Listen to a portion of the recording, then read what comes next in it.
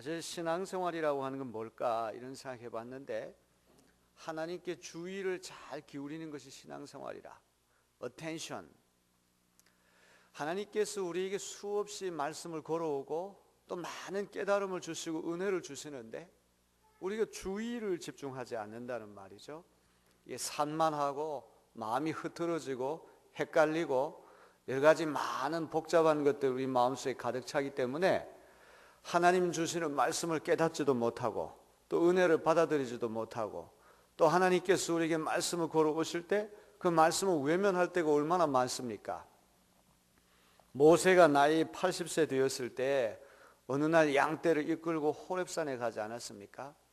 그런데 그 호렙산에 가보니까 평소와는 다른 신기한 일이 일어났습니다. 떨기나무에 불이 붙어서 활활 타는데, 이게 불이 붙으면 연소가 돼야 되지 않습니까? 재가 돼야 되는데 활활 타오르긴 하는데 연소가 안 되는 거예요. 나이 80세 된 할아버지가 이 광경을 쳐다봤을 때 아유, 도깨비 불이구나, 아마 이런 생각을 하고, 여기 있다가는 괜히 저 불이 우리 양떼로 옮겨 붙으면 안 된다 이런 생각을 하고 피신하자, 아마 이렇게 하기가 십상이죠. 근데 모세는 호기심을 가졌다는 것이죠. 도대체 떨기나무에 불이 타는데 왜 연소가 안 될까? 너무 신기하다. 주의를 집중해서 그 활활 불타는 떨기나무에 접근해 갔다는 것이죠.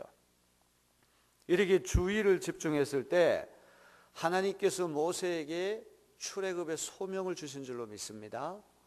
40년 동안 미디안 광야에서 양을 치면서 완전히 잊혀진 무명의 목자, 폐인이 되다시피 한 이 나이 많은 모세를 하나님께서 불러주셔서 출애굽의 영웅으로 들어 쓰셨던 거예요.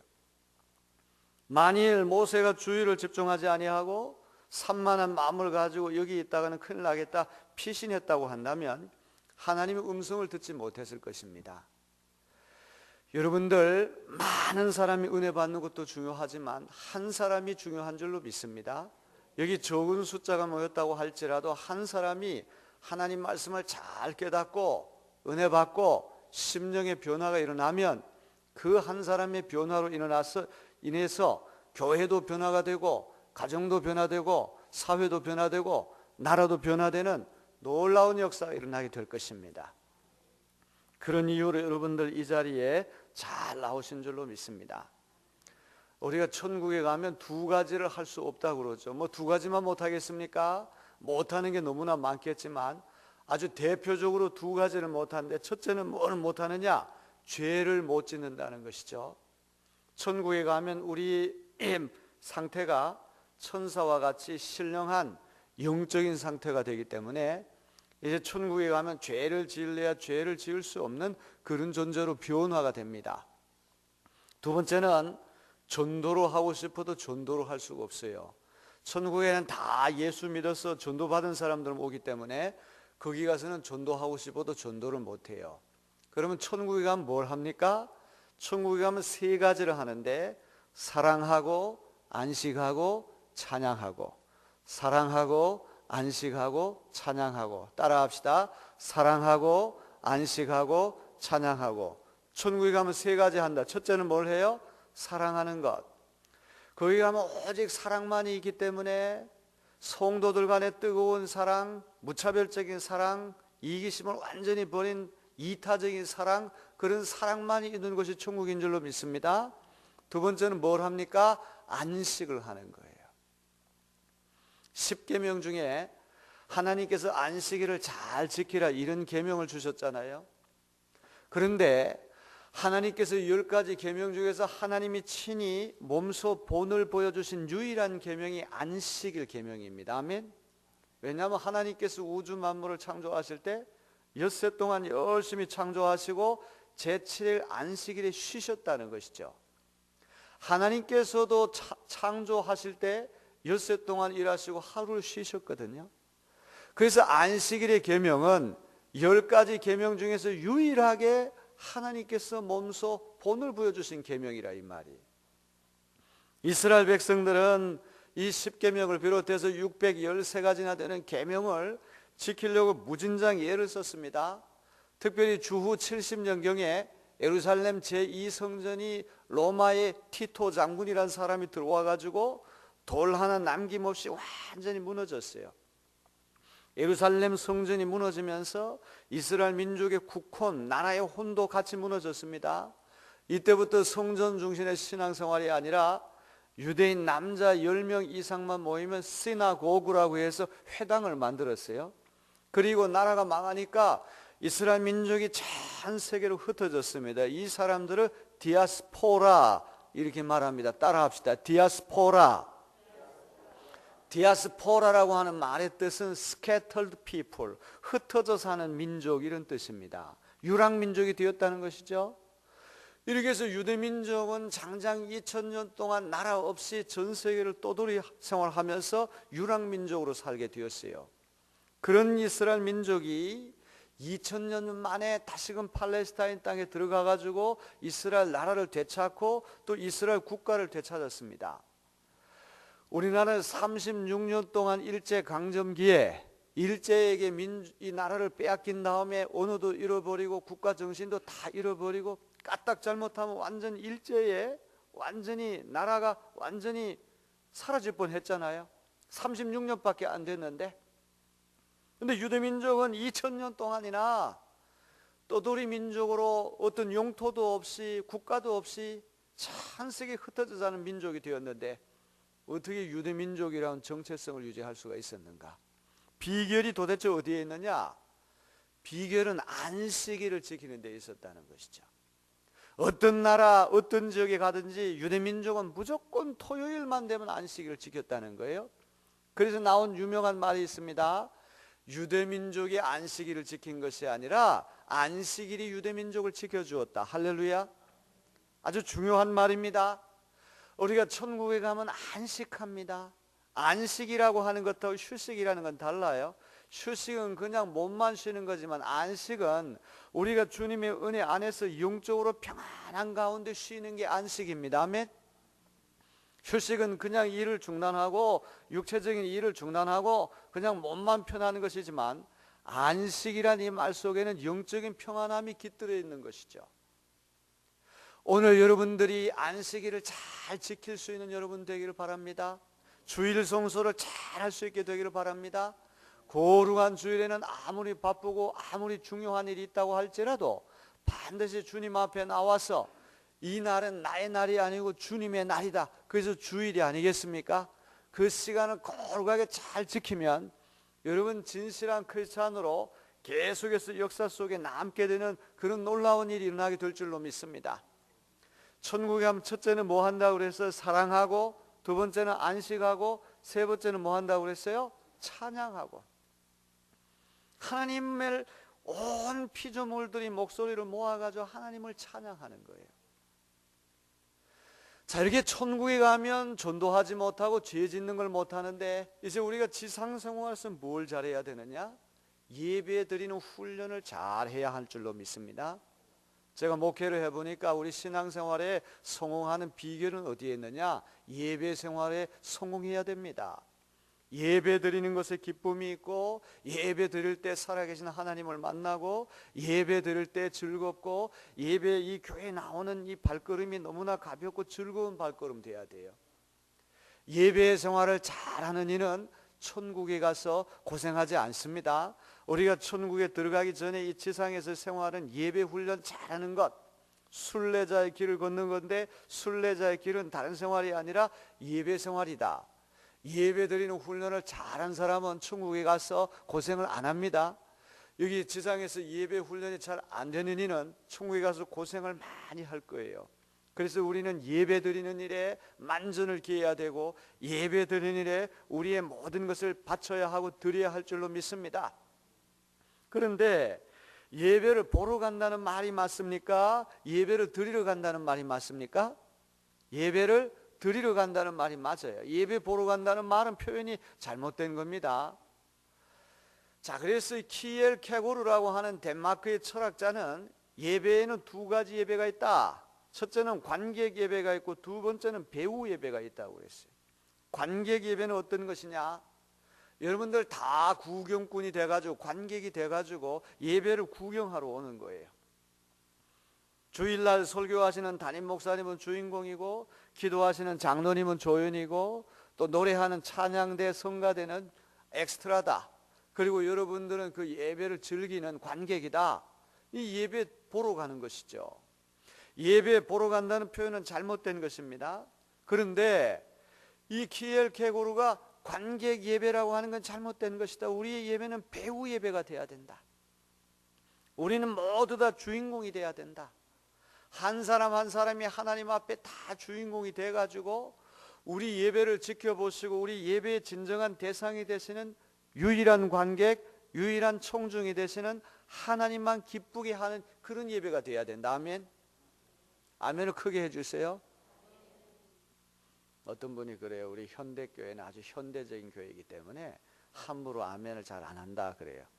그러나 부흥집회 기간 동안에는 아멘을 크게 해주시길 바랍니다. 그리하면 하나님 은혜가 우리 속에 임하게 될 줄로 믿습니다. 우리의 예배가 배우 예배가 돼. 여러분 다 주인공이 돼야 되는 거예요. 한 사람 한 사람이 하나님 앞에 다 주인공이 돼서 어떻게 하면 하나님을 기쁘게 할 수 있을까? 어떻게 하면 하나님께 감동을 드릴 수 있을까? 그런 생각을 가지고 예배를 드린다면 이 예배는 살아있는 예배가 될 수 있는 줄로 믿습니다. 여기 말씀을 선포하는 목사님도 이 이야기는 내가 선포하는 이야기, 내 인간의 이야기가 아니라 하나님께서 내 입술을 통하여 성도들에게 전달하는 생명의 말씀, 진리의 말씀을 증거한다, 이런 확신을 가져야 할 테이고, 기도하시는 장로님도 이것은 내 인간의 생각이 아니라 성도들을 대표해서 우리의 마음을 다 모아서 하나님 앞에 기도한다. 어떻게 기도를 통해서 내가 아는 지식을 전달하려고 하는 것도 아니고, 또 어떤 사람을 책망하고 교정하려고 하는 것도 아니죠. 기도를 듣는 분은 하나님이신 줄로 믿습니다. 그렇기 때문에 하나님 마음에 흡족한 하나님이 듣는 기도를 드려야 하겠죠. 찬양대도 마찬가지입니다. 사람 기쁘게 하고 즐겁게 하는 찬양이 아니라 우리의 찬양을 받으시는 하나님, 우리 예배의 유일한 관객, 유일한 청중이 되시는 하나님께만 영광을 돌리고 하나님께만 감동과 기쁨을 드리는 그런 살아있는 예배를 우리가 드려야 할 줄로 믿습니다. 그래서 여러분이 예배당에 올 때마다 내가 주인공이다. 오늘 예배를 드릴 때 내가 주인공이 돼서 하나님 한 분에게 영광을 돌리고 하나님 한 분을 기쁘게 하는 그런 예배를 드리겠다. 이런 믿음을 가지고 예배당에 나올 수 있는 여러분 모두가 되시기를 주님의 이름으로 축원합니다. 여러분, 배우와 관객의 차이는 많습니다. 관객은 조금 늦어도 되겠죠.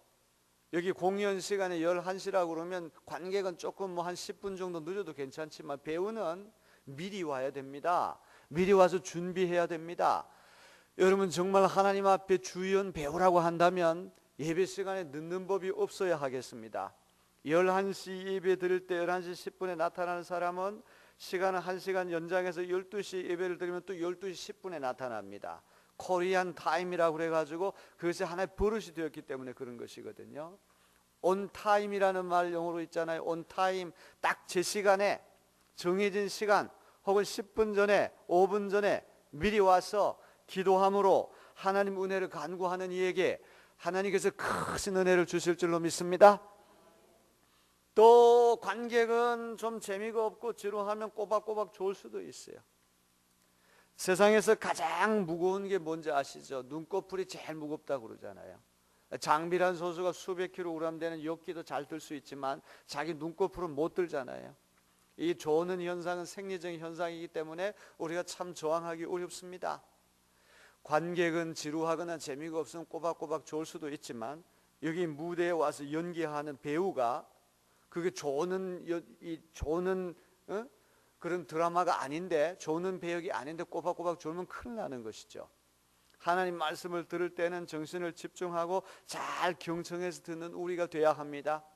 관객은 재미없으면 도중에 나갈 수도 있지만 배우는 연극이 끝나기 전까지 나갈 수가 없어요. 어떤 이는 축도가 끝나기 전에 미리 예배당을 나갑니다. 그래서 왜 미리 나갔냐 그랬더니 주차 문제 때문에 차 빼기 위해서 나간다는 것이죠. 여러분, 축도를 다 받아야지만 예배가 완료되는 것입니다. 축도라고 하는 게 무엇입니까? 축복받는 기도 아니겠습니까? 하나님의 복을 받는 베네딕션, 하나님의 특별한 은혜와 복을 받는 기도인데, 그거를 빠뜨리고 그냥 나간다는 건 예배를 미완성으로, 99% 아무리 예배 잘 드렸다고 할지라도 나머지 1%가 미완성이 되고 마는 거예요. 여러분이 나가기 전까지는 차가 움직이지 않기 때문에 결국 나가면 차 다 빠지게 되어 있어요. 그 걱정할 필요가 없습니다. 이렇게 관객과 배우에는 차이점이 많다. 이 배우는 이렇게 예배 드리는 동안에 신문지를 읽거나 껌을 씹거나 이런 거 할 수가 없습니다. 그것이 주어진 그러한 배역이면 그렇게 하지만 그거 아닐 때는 그렇게 못하는 거예요. 하지만 관객은 신문도 읽을 수 있고 껌도 씹을 수가 있고 그렇게 하지만 배우는 그렇게 할 수 없는 것이죠. 여러분, 하나님 앞에 다 주연 배우라는 생각을 가지시고 하나님 앞에 예배드린 일에 다 성공할 수 있는 그런 여러분 되기를 바랍니다. 현대교회는 예배에 승리해야 됩니다. 예배에 성공해야 됩니다. 예배드릴 시간을 소중하게 여기는 그런 여러분 모두가 다 되셔야 되겠어요. 특별히 여러분들 이 속회 예배 다 있죠, 그죠? 여러분 목장 사역합니까? 이런 속회 예배 소그룹 사역이 있는데 이 소그룹 사역이라는 게 참 중요해요. 우리가 그냥 주일날 대배 한 번만 이렇게 나오면 몸만 왔다 갔다 하고 양육이 안 돼요. 그래서 이 소그룹 사역, 속회라든지 여순교회 이런 소그룹 사역은 교회 안에 작은 교회라고 그러잖아요. 전체로서의 교회 안에서 일어나는 모든 기능이 이 속회에서도 그대로 일어나야 되는 것이죠. 거기 가면 성경 공부가 있고 예배가 있고 친교가 있고 상담이 있고 교제가 있고 이 전체로서 일어나는 교회의 기능이 소그룹 사역에 그대로 일어나게 되는 거예요. 그래서 속회 가서 신앙이 자라나고 속에 가서 성숙한 그리스도인으로 자라날 수 있다. 이것을 꼭 기억할 수 있는 그런 여러분 되시기를 주님의 이름으로 축원합니다. 자, 저는 이번에 이 죽음에 이르는 7가지 죄악에 대해서 여러분에게 말씀을 드립니다. 첫 번째 집회 때 죽음에 이르는 7가지 죄악의 첫 번째가 뭐라고 그랬습니까? 교만. 오늘 새벽에 두 번째를 말씀, 두 번째가 뭡니까? 시기. 이제 제가 이 집회 다 끝난 다음에 한번 시험을 좀 봤으면 좋겠어요. 백지를 다 돌리고 죽음에 이르는 7가지 죄악이 무엇인지 차례대로 쓰십시오. 아마 우리 현대교회는 현대적인 교인들이기 때문에 아마 틀림없이 7가지 죄악을 다 기억하고 쓸 수 있다고 저는 생각합니다. 어려운 것 하나도 아니에요. 4세기에 사막에 나가서 수도 생활하는 이들, 여러분 그들이 죄를 지어봤자 얼마나 짓겠습니까? 세상으로부터 완전히 고립되고 세상의 인연을 다 끊어버리고 모든 명예와 부귀 영화를 다 버리고 하나님의 사람 되고 싶다, 예수 닮은 사람 되고 싶다. 그래서 아주 금욕적인 수도 생활하는 이들이 이렇게 사막 수도원에서 수도 생활할 때 수도 생활을 방해하는 죄악들이 어떤 죄악인가 깊이 고민하다가 7가지를 생각해 낸 것이죠. 그래서 7가지 죄악을 capital sins, 우두머리 죄다 이렇게 말하죠. 가톨릭 교회에서는 7죄종 이렇게 말해요. 7가지 죄의 우두머리다. 종이라는 말은 마루종자, 마루는 꼭대기, 탑을 얘기하잖아요. 죄의 우두머리, 죄의 꼭대기다 이 말이죠. 7죄종, 7 deadly sins, 7가지 죽음에 이르는 치명적인 죄악들. 바로 이 근본적인 죄에서부터 모든 다른 죄악들이 파생된다고 보는 것이죠.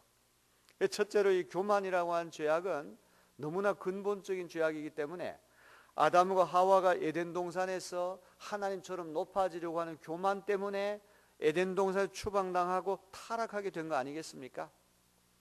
C.S. 루이스라고 한 사람은 이 교만이라고 하는 죄에 비하면 모든 다른 죄악은 벼룩에 물린 자국에 불과하다, 아주 유명한 말을 했어요. 그만큼 이 교만이라고 하는 우리가 죽을 때까지 끝까지 따라붙는 무서운 죄악입니다. 단순히 내 자랑하고 다른 사람에게 우월감 갖는 그런 어떤 교만의 죄, 이것이 문제가 아니라 하나님 대신에 자기가 인생의 주인이 되려고 하고 하나님 대신에 다른 것들을 더 높이고, 이게 다 교만에서부터 오는 것이죠. 여러분, 교만의 문제를 잘 해결할 때, 겸비해질 때 하나님의 은혜가 우리 속에 들어온다는 사실을 믿으시기 바랍니다. 시기심이라고 하는 것은 다른 사람이 넘어지는 것을 기뻐하고 다른 사람이 잘 되는 것을 기뻐하지 않는 거예요. 이 감정이 왜곡이 되고 도착된 감정이, 하나님께서 본래 우리에게 주신 마음은 우리의 형제 자매가 잘 되고 우리 가까운 친구가 잘 되면 함께 기뻐하고 축하해 주는 것, 이게 하나님께서 우리에게 주신 본 마음인데, 죄가 우리 속에 들어와서 이게 우리 마음이 뒤틀리고 왜곡이 되고 뒤집어졌어요. 전도됐어요. 완전히 뒤틀려졌어요. 그래서 가까운 사람이 잘 되면 배가 아파하고 그 사람이 행복해지면 내 마음이 불편해지는 것, 이게 도착된 감정이 아니겠습니까? 어떤 사람이 좋은 차를 타고 이렇게 다니면 그게 너무 보기가 싫어가지고 그 사람 없는 가운데 본네트를 무슨 뭘로 긁어가지고 줄을 그어놓고, 또 어떤 경우에는 이 자동차 타이어를 빵꾸를 내놓고 막 이런 경우가 왕왕 있어요. 이게 다 시기심 때문에 나오는 것이 아니겠습니까? 이런 시기하는 마음이 점점 우리 마음속에 들어오면 사울 임금이 다윗에 대해서 시기하는 마음이 생기니까 다윗을 죽이려고 하잖아요. 여러 번 죽이려고 하면 이 살인까지도 이어질 수가 있는 거예요. 사실 이 시기하는 마음이 점점점 쌓이면 다른 사람 행복해하는 모습을 견디다 못해가지고 그 사람을 골탕 먹이려고 하고, 그 사람을 살상시키고, 또 그 사람에게 물질적인 손해를 주고, 이런 일들이 우리 주변에 얼마나 많이 일어납니까? 정말 여기에서부터 다른 모든 죄악들이 파생될 수가 있다. 이번 부흥 집회 기간 동안에 교만의 모든 죄악을 십자가 앞에 내려놓고 해결받을 수 있는 여러분 되길 바랍니다. 시기심 다 누구에게나 다 있다는 말이죠. 이 세상에 사람으로 살아있는 한 누구나 다 그런 마음이, 한번 생각해 보세요. 수도사들이 무슨 죄를 우리보다 더 짓겠습니까? 그 사막에 고립된 환경 속에서 얼마나 고루한 사람들입니까? 그런데 그들이 이런 죄의 문제를 가지고 씨름하고 고민했다는 얘기는 이게 예사로운 문제가 아니고 인간 마음속에 보편적으로 주어진 근원적인 죄악이다. 이것을 꼭 기억하실 수 있는 여러분 되길 바랍니다. 자, 세 번째 죽음에 이르는 죄는 무엇이냐? 분노라고 하는 것입니다. 분노. 자, 세 번째 맞죠? 첫째가 뭐라고 그랬어요? 교만. 두 번째가 시기. 세 번째가 분노예요. 이 분노의 감정은 우리가 일상생활에서 가장 피부로 자주 느끼는 감정이에요. 오늘도 여러분들 분노 같은 것들 있었습니까? 없었습니까? 예? 아마 없었던 분들도 많이 있었겠지만, 이렇게 남편이 출근하면서 뭐 이렇게 잔소리하고 이렇게 돼가 조금 화나신 분도 없지 않아 있을지 모르겠습니다. 우리 다 분노의 시대를 삽니다. 우리나라 사람들은 성미가 얼마나 급한지, 이렇게 차를 몰고 가다 보면 다 입이 거칠어집니다. 조금만 늦어도 뒤에서 클락션을 탁 하고 눌러요. 기분 되게 나쁘죠, 그죠? 그걸 못 참고 그 몇 초밖에 안 되거든요. 파란불 바뀌어가지고 조금 뭐 이렇게 딴전 피우다가 조금 늦었어요. 그러면 뒤에서 바로 클락션을 누르고 그래요. 그래서 다른 나라에서는 이게 여간에서는 클락션을 안 누르고 그러네, 경적을 안 울리는데 경적 울려가지고 화가 나가지고 총을 꺼내가 죽였다고 하는 그런 얘기까지 나오잖아요. 예? 신호가 바뀌었는데 출발하지 않는 차에 대해서 왜 경적을 그렇게 울립니까? 이게 다 분노의 감정 때문에 그러는 것이죠. 여기 우리는 눈이 많이 오지 않았지만 저 강원도 쪽에는 폭설이 와가지고 1m씩 이렇게 눈이 막 왔어요. 지난번 경주에서도 그 대학생들이, 부산 외국어대학교 학생들이 거기 가서 신입생 오리엔테이션 한 눈이 폭설이 오니까 지붕이 견디다 못해 무너져가지고 10명이 죽었잖아요. 그 생떼 같은 아직 대학교 입학도 안 한 그런 어린 젊은 학생들이 목숨을 잃었어요. 폭설이 온 다음에 자동차가 미끄러져 해를 많이 입었어요. 그러면 우리 마음속에 어떤 감정이 셉니까? 분노의 감정이 생기는 것이죠. 인터넷에 들어가 보면 댓글을 한번 보세요. 이 10중 8구가 악플이에요. 악성 댓글, 익명성, 자기 이름을 밝히지 않는다고 하는 이유 때문에 속에 있는 분노를 다 해소를 해요. 노무현 대통령 그냥 노무현. 예? 그 다음에 이명박 대통령 그냥 이명박, 쥐명박. 예? 또 박근혜 대통령 그냥 박근혜가 박근혜야. 또 문재인은 그냥 문죄인이야. 이런 식으로 해가지고 대통령의 지도자들을 무차별 공격을 한다 이 말이죠. 다 이것이 우리 분노에서부터 나오는 감정이 아니겠습니까? 그래서 우리나라 사람들은 한이라고 하는 게 한이라고 하는 감정, 정의라고 하는 감정, 이거는 우리나라 고유의 감정이기 때문에 영어로 번역하기가 쉽지가 않아요. 의리, 이거 참 번역하기 어렵습니다. 여러분, 정의라고 하는 게 love, 사랑, affection, 이런 것 이상의 정의라는 건 참 복잡해요. 그래서 심지어 미운정, 고운정이란 말도 하잖아요. 그러니까 서양 사람들이 이 개념 이해 못합니다. 고운정은 이해가 되는데 오랫동안 티격태격 싸우다가 어디로 이사를 가게 되면 미운정까지 들어가서 그리워한다. 이건 서양 사람들의 합리적인 개념이 아니에요. 한이라고 하는 이 감정도 우리 동양 사람, 특별히 한국 사람들의 독특한 개념인데, 한을 어떻게 번역합니까? 그래서 어떤 사람 한은 unresolved anger, 해소되지 않는 분노다. 이 번역이 참 그럴듯해요. 그죠? 우리 속에 있는 이 분노라고 하는 건 어떤 방법은 다 해소가 돼야 되는데, 이게 해소가 되지 않고 내 마음속에 고스란히 남아있는 것, 이 해소되지 않는 분노가 한이다. 그래서 화병이라고 하는 이 우리 한국 여성들이 겪는 이 마음의 병이 세계 심리학 사전에 올라가야 돼. 우리나라 말로 화병이라고 하는 말이 심리학 사전에 올라가 있을 정도라고 하는 것이죠. 자, 이런 분노의 감정은 아주 일상적인 거, 우리 흔히 있는 것이죠. 여러분이 우리 부부싸움 할 때, 여러분들 뭐 대단한 것 때문에 부부싸움 하겠습니까? 부부싸움 할 때 뭐 남북 통일 문제 때문에 부부싸움을 한다든지, 세계 평화를 이루기 위해서 부부싸움을 한다든지, 이런 경우는 거의 없어요. 아주 일상적인 거. 치약을 우리가 이렇게 쓸 때 그 입구 쪽에서부터 이렇게 짜느냐, 아니면 뒷꼬리 쪽으로부터 짜느냐, 이것 때문에 티격태격 싸우는 거예요. 어떤 신혼부부가 계속해서 치고받고 싸우는 거예요. 도저히 싸우다 이제 우리 도저히 이렇게 해서는 살 수 없으니까 우리 깨끗하게 갈라지자. 그래서 이혼하기로 했어요. 재판정에서 이제 판사 앞에서 이제 심리를 하는데, 그날도 티격태격 싸우는 거예요. 싸우는 이유가 뭐냐 하면, 소금을 찍어 먹을 때 설탕으로 찍어 먹느냐, 아니 이제 감자를 찍어 먹을 때 설탕으로 찍어 먹느냐, 소금으로 찍어 먹느냐, 이것 때문에 싸우는 거예요. 서로가 설탕으로 찍어 먹어야 된다, 소금으로 찍어 먹는다, 티격태격 싸우는 거예요.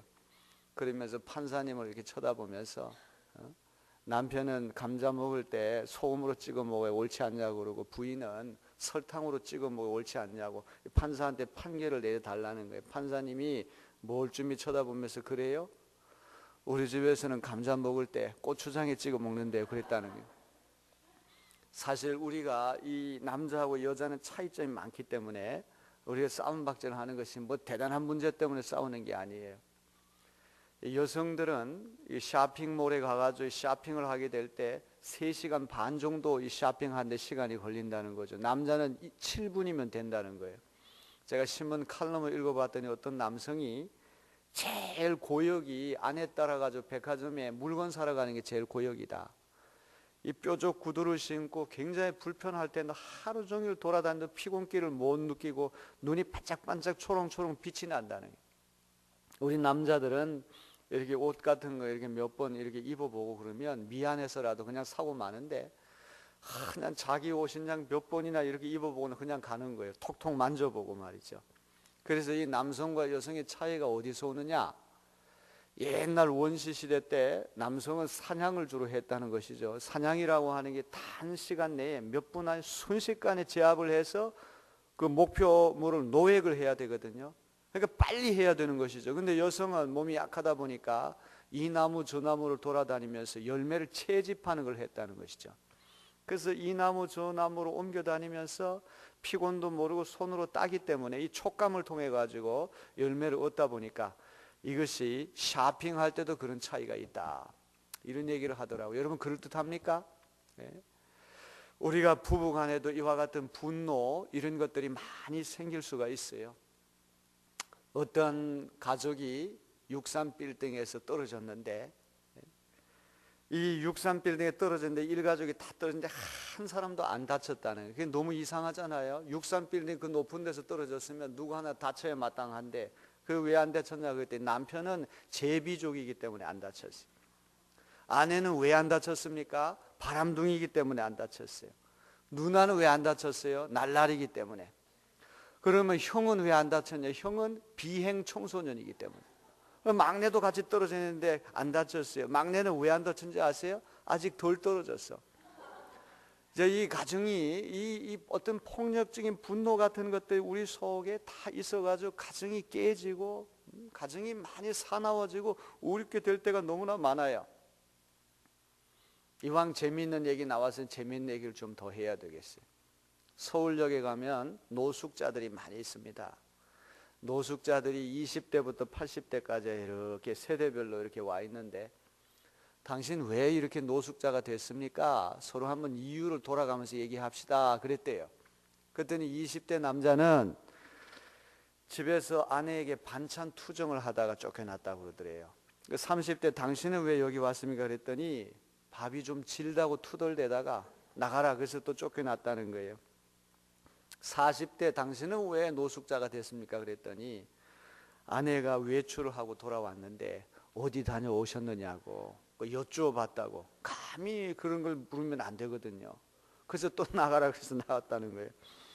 그러면 50대 당신은 왜 노숙자가 됐습니까? 그랬더니 아내와 이야기할 때는 눈을 밑으로 깔고 절대 눈동자를 맞추지 말고 밑으로 깔고 이렇게 대화를 나눠야 되는데 눈을 똑바로 쳐다보고 얘기했다고. 어디 감히 눈을 똑바로 쳐다보냐. 또 나가라. 그래서 또 쫓겨났다는 거예요. 그럼 60대 당신은 왜 여기 왔습니까? 그랬더니 텔레비전을 볼 때 항상 소파에는 아내가 딱 앉게 하고 자기는 이렇게 마룻바닥에 무릎을 꿇고 겸손히 TV를 시청해야 되는데 그날 어떻게 간땡이가 부어가지고 아내와 똑같이 나란히 소파 위에 앉아가 TV를 시청하다가 어디 감히 같이 앉느냐. 그래서 또 쫓겨났다는 거예요. 그러면 70대 당신은 왜 여기 왔냐고 그랬더니 일일이 아내에게 말대꾸했다고. 80대 할아버지 이게 제일 연장자신데 어떻게 오셨냐고 그랬더니 그냥 나가 죽으라 그래서 나왔다는 거예요.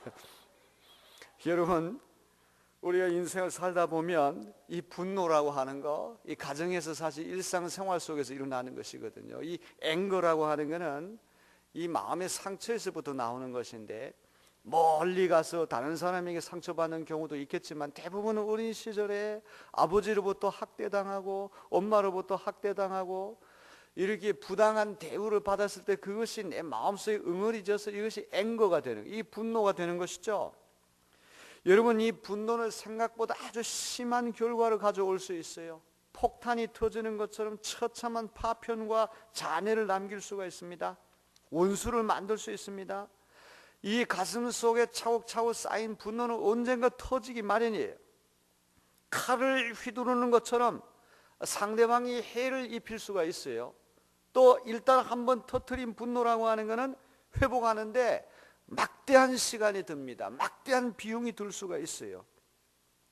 성경은 분을 터뜨리는 자가 어리석은 자고 분을 품더라도 해가 질 때까지 분을 품지 말라. 분을 품지 말라. 이렇게 가르치고 있지 않습니까? 분노라고 하는 건 반드시 통제되어야 할 악이 아닐 수 없습니다. 하지만 이 분노라고 하는 건 또 지극히 자연스러운 인간의 감정이죠. 분노는 어떤 것입니까? 나에게 가해진 위협이나 상처, 부당한 대우 때문에 발생하는 그런 지극히 자연스러운 반응입니다. 자신이 부당한 일을 입었을 때, 부당한 어떤 대우를 받고 부당한 상처를 입었을 때 난 지금 부당하게 대우를 받는다 상대방이 알리고 또 부당한 것을 바로잡고 이게 다 분노라고 하는 것으로 표출되는 것이죠. 그래서 분노라고 하는 것 어떤 면에서 선과 정의를 실현하는 방편이 될 수가 있어요. 하지만 분노의 어려운 점 뭡니까? 꼭 나에게 분을 일으킨 사람에게 꼭 그만큼 되갚는 일이 불가능하다는 데 문제가 있는 것이죠. 종로에서 뺨 맞고 어디 가서 한강에 가서 분풀이 한다 이런 말이 있잖아요. 직장생활하는 이들이 상사에게 엄청난 스트레스를 받았어요. 그럼 상사에게 대들어야 되는데 그렇게 하면 잘리잖아요. 해고되니까 그렇게 못해요. 그러면 집에 돌아와가지고 아내하고 자식에게 분풀이 할 때가 많아요. 정말 나에게 분노를 일으키게 한 그 상대에게 정확하게 그만큼 분노를 표출하면 얼마나 좋겠습니까? 그러나 그게 안 된다는데 문제가 있는 것이죠. 여러분, 모세가 시내산에 올라가서 40일 동안 하나님으로부터 여러 가지 율법을 이렇게 전수받고 있는데, 모세가 늦게 내려오니까 모세의 형인 아론을 중심으로 해서 이스라엘 백성들이 금송아지를 만들어서 그 금송아지 앞에 절을 하고 우상 숭배를 하고 있는 거예요. 이렇게 모세가 잠깐 늦게 내려온다고 해서 이스라엘 백성들이 그 순간을 참지 못하고 금송아지 만들어서 우상 숭배하는 광경을 보면서 모세의 마음속에 분노가 치밀어 올랐어요. 그리고 자기도 모르게 하나님의 손으로 쓰신, 하나님께서 쓰신 필적 십계명 돌판을 던져버리고 깨트려 버렸잖아요. 만일 그 십계명이 오늘까지 남아있다고 한다면 세계적인 유산이 되었겠죠. 하나님의 글솜씨가, 하나님의 글씨가 어떤 것인지 필적을 알 수가 있을 텐데, 아깝게도 하나님이 쓰셨다고 하는 그 십계명이 모세가 화를 내면서 분노를 일으키면서 그 십계명 돌판이 다 깨지고 말았잖아요. 여러분, 분노라고 하는 것은 거룩한 분노라고 하는 게 있어요. 의분이라고 하는, 의로운 분노가 있어요. 예수님도 거룩한 분노가 있었잖아요. 하나님의 성전을 장사꾼의 소굴로, 물건 사고 파는 그런 강도의 소굴로 만들었을 때 노끈을 가지고 채찍을 만들어가지고 다 쫓아내고, 숙청하고 사람들 다 쫓아내고, 그 좌판을 다 뒤집어 엎고 주님이 그러셨잖아요. 이런 분노는 거룩한 분노예요. 모세의 분노도 거룩한 분노라고 얘기할 수가 있죠. 느헤미야 같은 사람도 느헤미야서 읽어보게 되면 거룩한 분노를 발했던 것입니다. 자, 또 다윗이 거인 장수 골리앗이 이스라엘 백성들을 모욕하고 이스라엘 백성들을 길을 죽이니까 거룩한 분노가 마음속에 치밀어 올라가가지고 그 나이 어린 소년임에도 불구하고 물맷돌 하나로 거인 장수 골리앗을 물리치는 괴력이 나왔잖아요. 자, 이런 거룩한 분노라고 하는 건 참 아름다운 것이죠. 나의 사적인 감정 표현이 아니라, 자기 유익을 구하는 것이 아니라 하나님의 영광을 구하고 하나님의 공의를 실현하기 위해서 거룩한 분노, 의로운 분노, 이건 대단히 중요한 것입니다. 하나님도 분노하셨어요. 불의와 죄는 하나님과 공존할 수 없기 때문에 하나님은 행악자를 미워하시고 분노를 바라십니다. 하지만 하나님의 거룩한 분노는 어디까지나 이스라엘 백성들을 사랑하고 이스라엘 백성들이 하나님께 돌아오기를 바라는 마음에서 했던 그런 분노지, 우리 사람이 하는 사사로운 어떤 개인적인 감정에서 나오는 분노는 아니라는 것이죠. 화를 낸다는 것은 이미 이성을 잃어버렸다는 것이 아닙니까? 감정을 이성으로 통제하기 어렵다는 말이 아닙니까? 분노하는 그 순간에 성령이 떠나갑니다. 하나님의 의가 사라집니다. 우리가 어떤 세력 간의 다툼을 할 때가 있습니다. 처음에는 한쪽이 더 우월합니다. 더 도덕적으로 우월하고 모든 면에서 더 정의로워요. 그런데 한쪽이 하도 과격하게 하니까 이쪽도 감정 때문에 분노를 같이 바라며 함께 싸움 박질 속에 들어가면 이전 투구가 되는 것이죠. 완전 진흙탕 싸움이 돼가지고 처음에는 도덕적으로 또 모든 면에서 정의롭고 더 선했는데 날이 갈수록 깊이 이제 분노하는 그런 마음을 가지고 싸움 박질을 하다 보면 둘이 똑같이 되고 마는 거예요. 여러분, 그런 경우 얼마나 많습니까?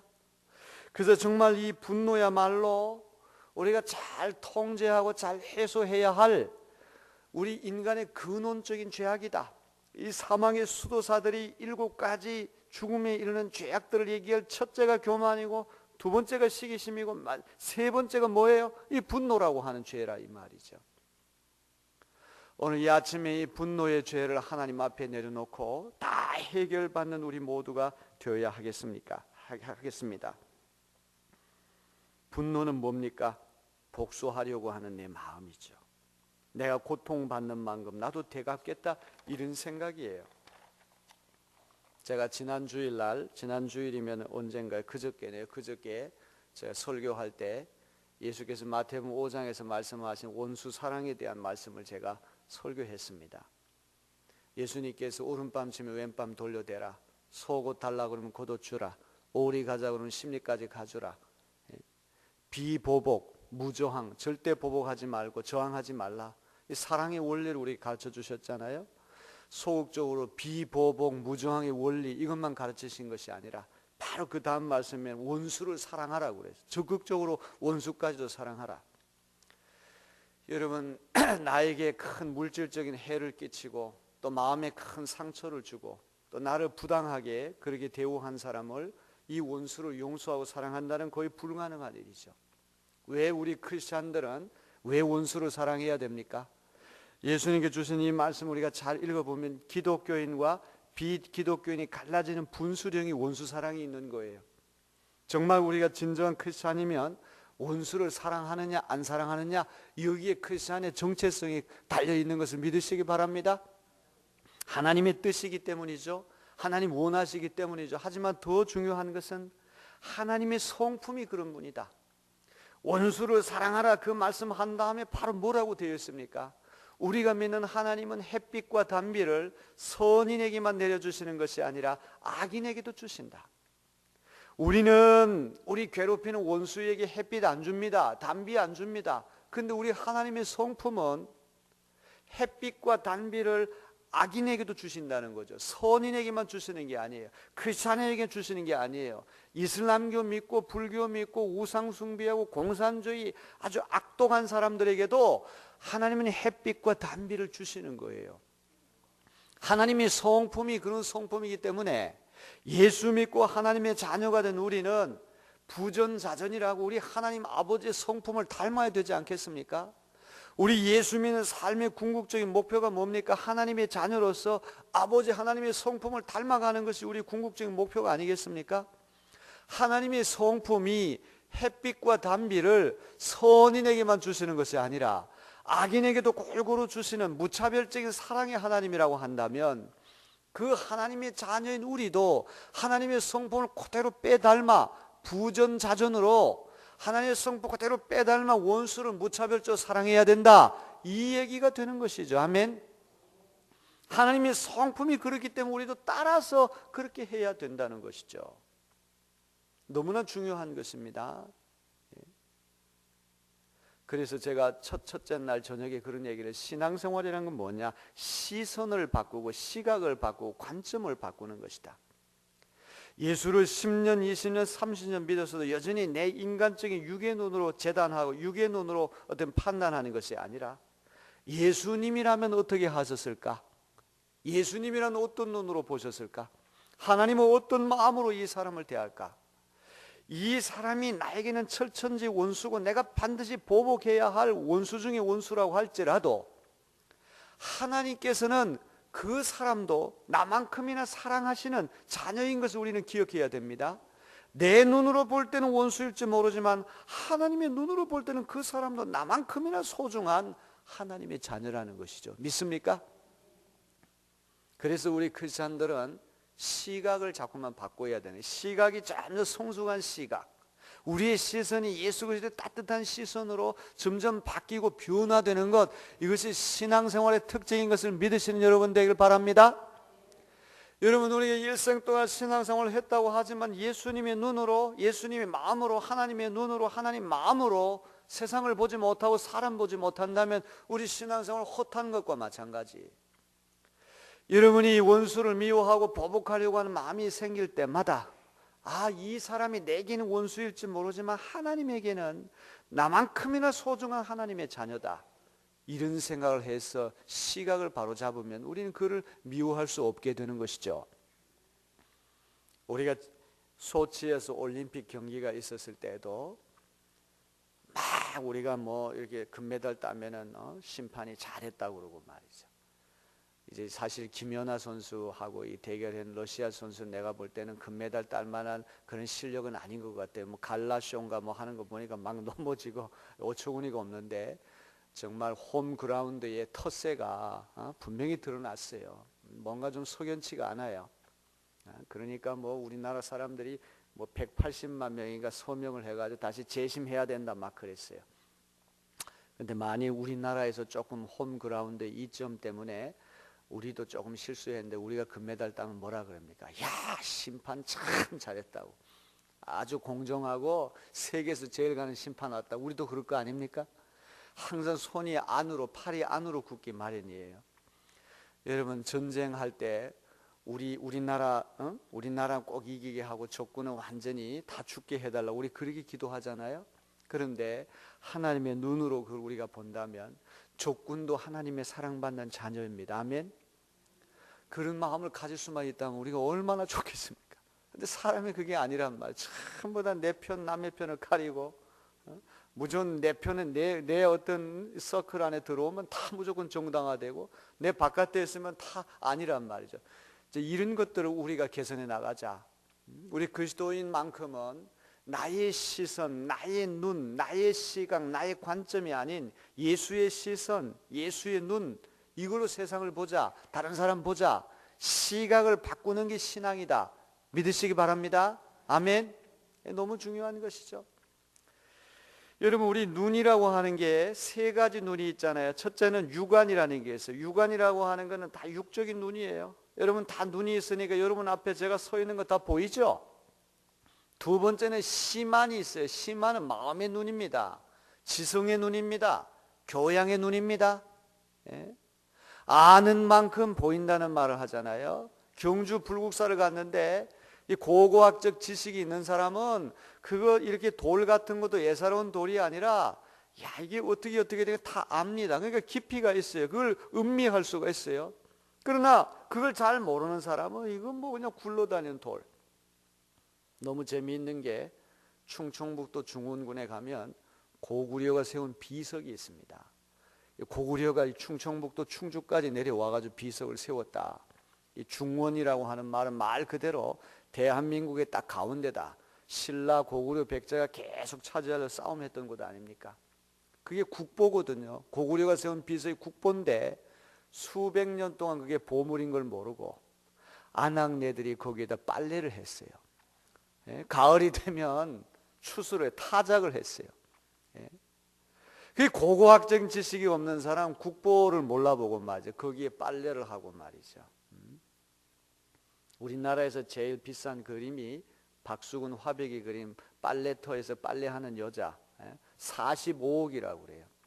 그런데 저도 그림을 잘 모르기 때문에 한 10만 원 될까 말까 이런 생각하는데 그게 45억이에요. 뭐 별거 아니에요. 그게 아주 정무라도 아니고 약간 추상화 비슷하게 되어 있어요. 그냥 아낙네들이 빨래터에서 빨래하는 모습을 그린 건데 그게 45억이야. 심한 마음의 눈, 교양의 눈, 지성의 눈 참 중요하죠. 우리가 많이 배우고 많은 지식이 들어오면 세상이 달라져요. 피카소의 그림을 어떤 그림에 대해서 아는 사람하고 모르는 사람은 이게 무슨 뭐 낙서 같은 걸 해놨어. 아무 의미가 없는 것이죠. 자, 육안뿐만 아니라 심한 마음의 눈, 교양의 눈, 지성의 눈 갖춰야 됩니다. 세 번째는 영안이 있는 것이죠. 영적인 눈이에요. 우리는 단순히 지식을 넘어서, 교양을 넘어서 하나님께서 우주 만물을 만드셨다, 아름다운 자연 만물을 보게 되는 아름답다 감탄할 정도가 아니라 참 하나님이 기가 막히게 만드셨구나, 세상의 모든 꽃이 어떻게 이렇게 다를 수가 있을까 감탄하는 것이죠. 이런 영적인 기쁨, 영적인 충만함, 영안을 갖출 때 생기는 것이죠. 여러분의 시선을 영적인 눈으로 바꿀 수 있게 되기를 주님의 이름으로 축원합니다. 자, 그러면 이 분노는 어떤 원인 때문에 생겨납니까? 아까도 제가 말씀드렸지만 상처, 어린 시절부터 아버지로부터 어머니로부터 상처받은 게 너무 많아요. 제가 잘 아는 어떤 목사님 사모님은 어렸을 때부터 어머니로부터 구타를 많이 당했어요. 아버지가 바람을 피우고 바깥을 떠도니까 어머니가 마음속에 이게 해소되지 않는 욕구가 많아요. 그러니까 어디 풀 데가 없으니까 이 어린 딸에게 손찌검을 하는 거예요. 아버지로부터 무슨 충격받고 아버지로부터 상처를 입으면 그걸 고스란히 딸에게 다 전가하는 거예요. 이 딸은 아무 이유도 없이 어머니한테 얻어맞는 거예요. 이런 것들이 사춘기 시절부터 마음에 계속 쌓이니까 자기도 모르게 앵거가 있는 것이죠. 자기도 모르게 굉장히 공격적이 되는 것이죠. 이거는 자기를 분석해서 그 원인을 알아야지만 해소가 될 수 있는 것이죠. 또 욕구가 좌절될 때 내가 정말 간절히 바라는 것이 잘 이루어지지 않을 때 욕구가 클수록 좌절에 대한 분노감도 커지는 것이죠. 예를 들면 어떤 물건이 너무 좋은 물건이다, 이 광고를 많이 해가지고 그 물건을 사기 위해서 갔더니 한 3시간 동안 줄 서서 기다려야 됩니다. 3시간 동안 그 물건을 사기 위해서 참고 잘 기다렸어요. 그런데 3시간 기다린 다음에 내가 딱 사야 되는 그 찰나에 물건이 딱 떨어져 버렸어. 그러면 화 납니까 안 납니까? 뚜껑이 열리죠. 화가 안 난다는 사람은 약간 치매기가 있다든지 뭐가 정신적으로 문제가 있는 사람이, 정상적인 사람은 3시간 동안 기다리는데 하필이면 내 앞에서 물건 떨어진단 말인가? 아마 그 뭐 거칠게 항의를 한다든지 어떤 방법이 분노를 표현할 것입니다. 기대와 욕구가 좌절된 만큼 분노도 폭발됩니다. 여러분, 님비 현상이란 말 들어보셨어요? 님비? 혐오시설이 자기 동네에 오면 그거를 결사 반대하는 거예요. 지난번에 성남인가 어디에서 청소년들 무슨 뭐 교도소 비슷한 것이 거기 들어온다고 그러니까 학부모들이 연대해가지고 이거 절대 우리한테 들어오면 안 된다. 그럼 어디 다른 데 가란 말이에요? 다른 데는 청소년들 없습니까? 인천에 와야 됩니까?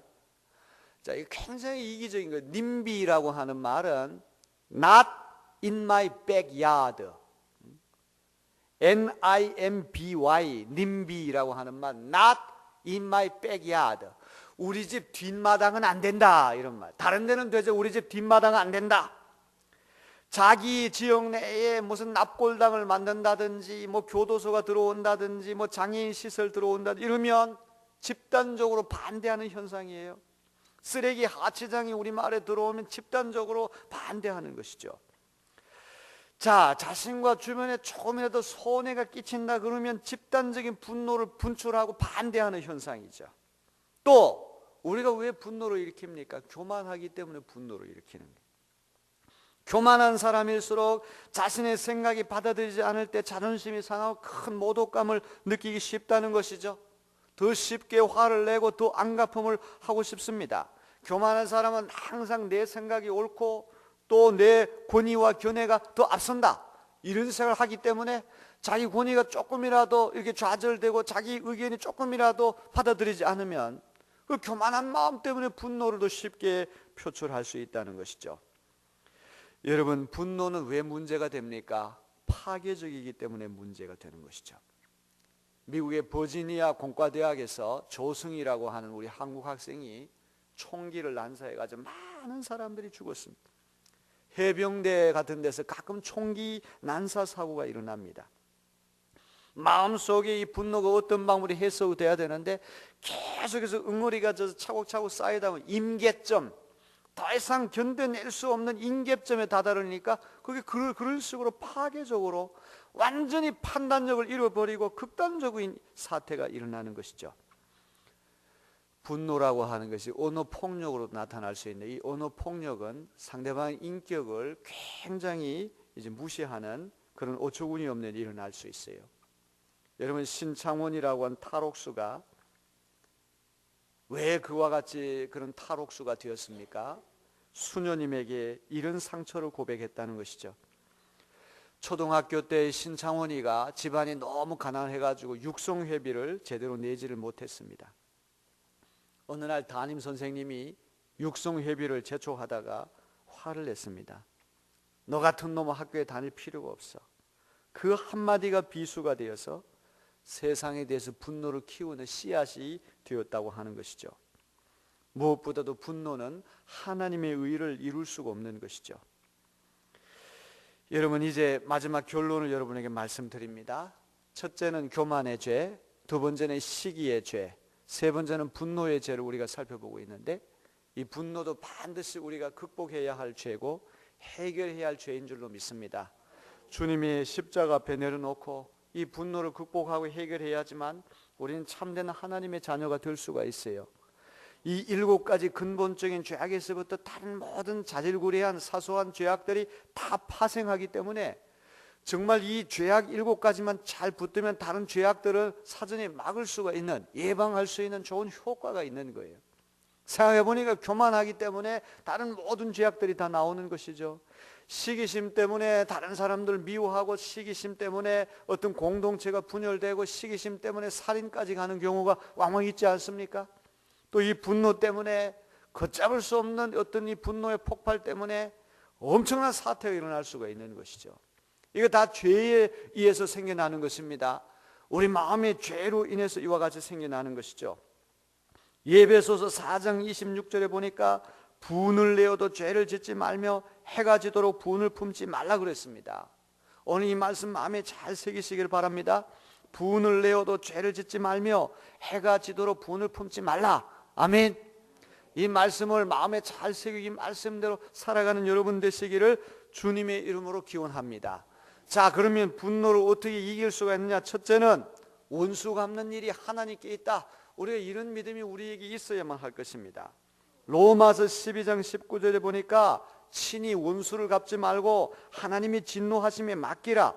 복수하면 복수의 악순환이 계속 일어납니다. 우리는 원수를 하나님께 맡겨야 할 줄로 믿습니다. 저도 여기 우리 박행신 목사님이 18년 전에 이 교회를 개척을 하셔가지고 교회를 참 아름답게 예쁘게 잘 지으셨어요. 저도 미국에 있을 때 교인이 하나도 없는 가운데 개척 교회를 했습니다. 창립 멤버도 없이 제 아내하고 아이 둘 데리고 일가족 넷이 개척 교회를 했어요. 이렇게 개척 교회를 해가지고 한 넉 달 정도 이렇게 지나니까 옆에 침례 교회가 깨지면서 그 교회 기둥같이 쓰임 받는 집사님 내외가 들어와가지고 이 교회가 이제 부흥이 되고 이렇게 됐어. 지금 그 교회가 한 100여 명 정도 모이는 이제 이민교회 아주 괜찮은 교회로 자라나고 있습니다.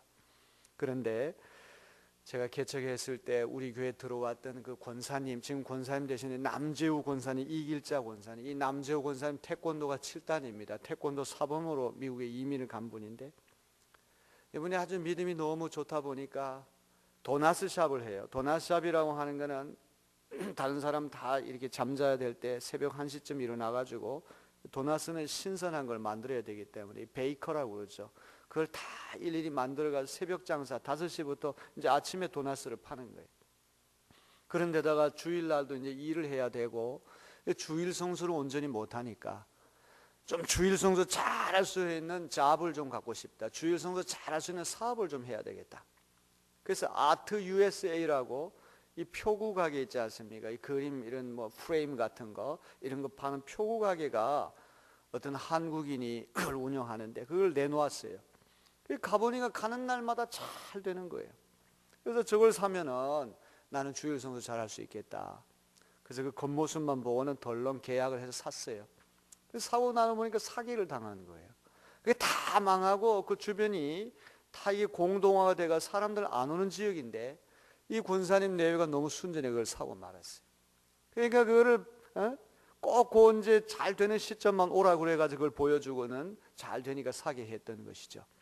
그래서 이분이 태권도가 7단이기 때문에 태권도를 해가지고 완전히 그놈을 내가 때려 잡으려고 그런 마음까지 먹었지만 자기가 다 용서하고 원수 갚는 걸 하나님께 맡겼다.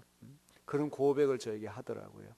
그랬더니 막 속이 부글부글 끓고 막 보복하고 싶은 마음이 생길 때는 괴로워가지고 잠도 안 오는데 에이 다 하고 다 용서를 하니까 잠이 잘 오더라는 것이죠. 우리가 자녀들이 잘못했을 때 회초리를 가끔 때릴 때가 있잖아요. 요즘은 애들도 함부로 때리면 안 됩니다. 경찰에다가 고발을 해요. 경찰 부른다 그래요. 미국하고 똑같이 돼버렸어요. 이제 아이를 이렇게 회초리를 때리다 보면 감정이 섞여가지고 완전히 구렁이를 감은 듯이 아이가 되잖아요. 그런데 그 매를 맞은 어린아이는 코를 골면서 아주 씩씩거리며 잠을 잘 잡니다. 매를 때린 엄마나 아빠는 간밤 한숨도 자지 못하고 이리 뒤치덕 저리 뒤치덕거리면서 잠을 자지를 못해요. 참 이상하잖아요. 피해자는 잠을 잘 자는데 가해자는 잠을 못 자는 것이죠. 우리가 원수를 갚으려고 우리 스스로 예를 쓸 때 우리 마음에 자유함이 없어요. 평화가 사라집니다. 하지만 주님께 다 맡기면 하나님께서 이상하게 우리 마음에 평강과 자유함을 주시고 또 하나님이 다 아셔서 손을 봐주실 줄로 믿습니다. 그 다음에 두 번째로 용서하는 마음을 가져야 돼요. 용서하는 마음을 가지면 분노를 이깁니다.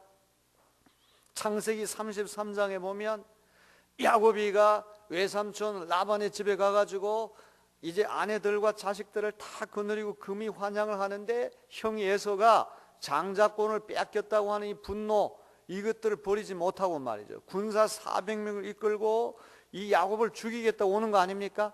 야복강 나루터에서 밤이 새도록 하나님의 천사 씨름했어요. 철회하기도 했다는 말이죠. 그런 다음에 예서가 극적으로 변화가 되는 거예요. 야곱 동생을 죽이겠다고 길길이 날뛰었던 이 예서가 완전 천사가 됐습니다. 그때 야곱이 했던 유명한 말이 있어요. 내가 형님의 얼굴을 배우니 하나님의 얼굴을 보는 것 같습니다. 이 다 용서했을 때 하나님의 얼굴처럼 천사처럼 얼굴이 변했다고 하는 것이죠. 사랑하는 성도 여러분, 용서할 때 자유함이 있습니다. 용서할 때 평강이 있음을 믿으시기 바랍니다. 마지막 세 번째로 우리는 소통을 잘 해야 됩니다. 화가 났을 때 내가 왜 화가 났는지 자신의 감정을 솔직하게 잘 전달해가지고 그 화의 분노의 원인을 잘 분석하고 상대방과 잘 이렇게 소통하는 기술과 훈련이 필요합니다.